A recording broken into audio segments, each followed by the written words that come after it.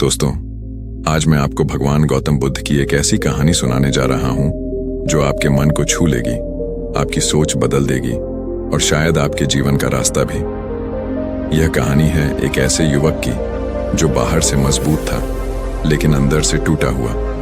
बहुत समय पहले की बात है। श्रावस्ती नगर में नील नाम का एक युवक रहता था। नील बुद्धिमान था, मेहनती था, लेकिन उसके मन में हमेशा एक तूफान चलता रहता था। कभी उसे अपने भविष्य की चिंता सताती, कभी बीते हुए अपमान याद आते, कभी दूसरों की सफलता देखकर जलन होती।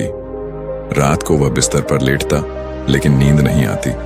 मन कहता, तुम अभी तक कुछ नहीं बन पाए, देखो सब तुमसे आगे निकल गए, तुम्हारा जीवन बेकार है। धीरे धीरे नील का चेहरा बुझने लगा, मुस्कान गायब हो गई। परिवार चिंतित था, लेकिन वह किसी से कुछ नहीं कहता। एक दिन नील बाजार से गुजर रहा था। उसने देखा कुछ लोग पेड़ के नीचे बैठे हैं। बीच में एक शांत व्यक्तित्व बैठे थे, चेहरे पर अद्भुत शांति, आंखों में करुणा। वे थे भगवान गौतम बुद्ध। लोग उनसे प्रश्न पूछ रहे थे और बुद्ध मुस्कुराकर उत्तर दे रहे थे। नील भी भीड़ में बैठ गया। एक व्यक्ति ने पूछा, भगवान, जीवन में सबसे बड़ा दुख क्या है? बुद्ध ने शांत स्वर में कहा, असंयमित मन। नील चौंक गया। क्या सच में उसका दुख उसके मन से ही पैदा हो रहा था? सभा समाप्त हुई, लोग चले गए, लेकिन नील वहीं खड़ा रहा। नील ने साहस जुटाया और बोला, भगवान, मेरा मन बहुत परेशान रहता है। मैं चाहकर भी इसे शांत नहीं कर पाता। कभी गुस्सा, कभी डर, कभी जलन। मैं थक गया हूं। बुद्ध मुस्कुराए। उन्होंने पास रखे पानी के पात्र की ओर इशारा किया। नील, इस पानी को हिलाओ। नील ने पात्र को हिलाया। पानी गंदला हो गया। बुद्ध ने पूछा, अब इसमें अपना चेहरा देखो। नहीं दिख रहा भगवान, अब इसे छोड़ दो। कुछ देर बाद पानी शांत हो गया। मिट्टी नीचे बैठ गई। पानी साफ हो गया। बुद्ध बोले, जब मन को बार बार विचारों से हिलाते रहोगे तो वह गंदला रहेगा, लेकिन अगर उसे थोड़ी देर छोड़ दोगे तो वह स्वयं साफ हो जाएगा। कुछ दिनों बाद एक घटना हुई। एक व्यक्ति बुद्ध के पास आया और उन्हें अपशब्द कहने लगा। नील भी वहीं था। उसे लगा अब बुद्ध क्रोधित होंगे, लेकिन बुद्ध शांत रहे। जब वह व्यक्ति चुप हो गया, बुद्ध ने पूछा, यदि कोई व्यक्ति आपको उपहार दे और आप उसे स्वीकार न करें तो वह उपहार किसके पास रहेगा? व्यक्ति बोला, देने वाले के पास।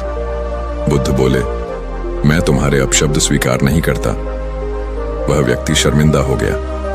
नील के मन में जैसे बिजली कौंधी। तो क्या मैं भी दूसरों के शब्दों को स्वीकार ना करूं? एक दिन नील ने पूछा, भगवान, मुझे दूसरों की सफलता देखकर जलन होती है, मैं क्या करूं? बुद्ध बोले, दो दीपक जल रहे हों, क्या एक दीपक दूसरे की रोशनी कम करता है? नहीं भगवान। तो फिर दूसरों की सफलता से तुम्हारी रोशनी क्यों कम होगी? नील को समझ आने लगा था। समस्या बाहर नहीं, अंदर थी। एक सुबह बुद्ध ने सबको ध्यान करना सिखाया। आंखें बंद करो, सिर्फ सांस पर ध्यान दो। न अतीत में जाओ, न भविष्य में, सिर्फ इस क्षण में रहो।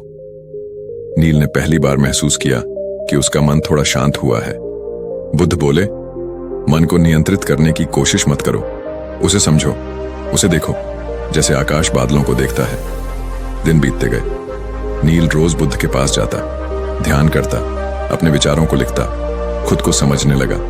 धीरे धीरे उसका चेहरा बदलने लगा। आंखों में चमक लौट आई, गुस्सा कम हुआ, जलन घट गई। एक दिन उसने महसूस किया, मेरे जीवन में कोई बड़ी समस्या नहीं बदली, लेकिन मेरा मन बदल गया है। और जब मन बदलता है तो संसार बदल जाता है। विदा लेते समय नील ने पूछा, भगवान, क्या मैं कभी पूरी तरह शांत हो पाऊंगा? बुद्ध ने कहा, समुद्र में लहरें हमेशा रहेंगी, लेकिन गहराई में शांति होती है। तुम लहर बनना छोड़ दो, गहराई बन जाओ। दोस्तों, हमारा दुख परिस्थितियों से नहीं, हमारी प्रतिक्रिया से पैदा होता है। गुस्सा आए तो उसे पकड़ो मत, ईर्ष्या आए तो उसे समझो, डर आए तो वर्तमान में लौट आओ। मन को जबरदस्ती मत रोकिए, उसे समझिए, उसे समय दीजिए। जैसे गंदला पानी अपने आप साफ हो जाता है, वैसे ही मन भी शांत हो सकता है। अगर आपका मन भी अशांत है, अगर आपको लगता है कि आप थक गए हैं, तो रुक जाइए, एक गहरी सांस लीजिए, अपने भीतर झांकिए। शांति बाहर नहीं, आपके अंदर ही है। भगवान बुद्ध ने कहा था, स्वयं पर विजय प्राप्त करना 1000 युद्ध जीतने से श्रेष्ठ है। तो आज से एक संकल्प लीजिए, आप दुनिया को नहीं, अपने मन को जीतेंगे। यही सच्ची जीत है, यही सच्ची शांति है।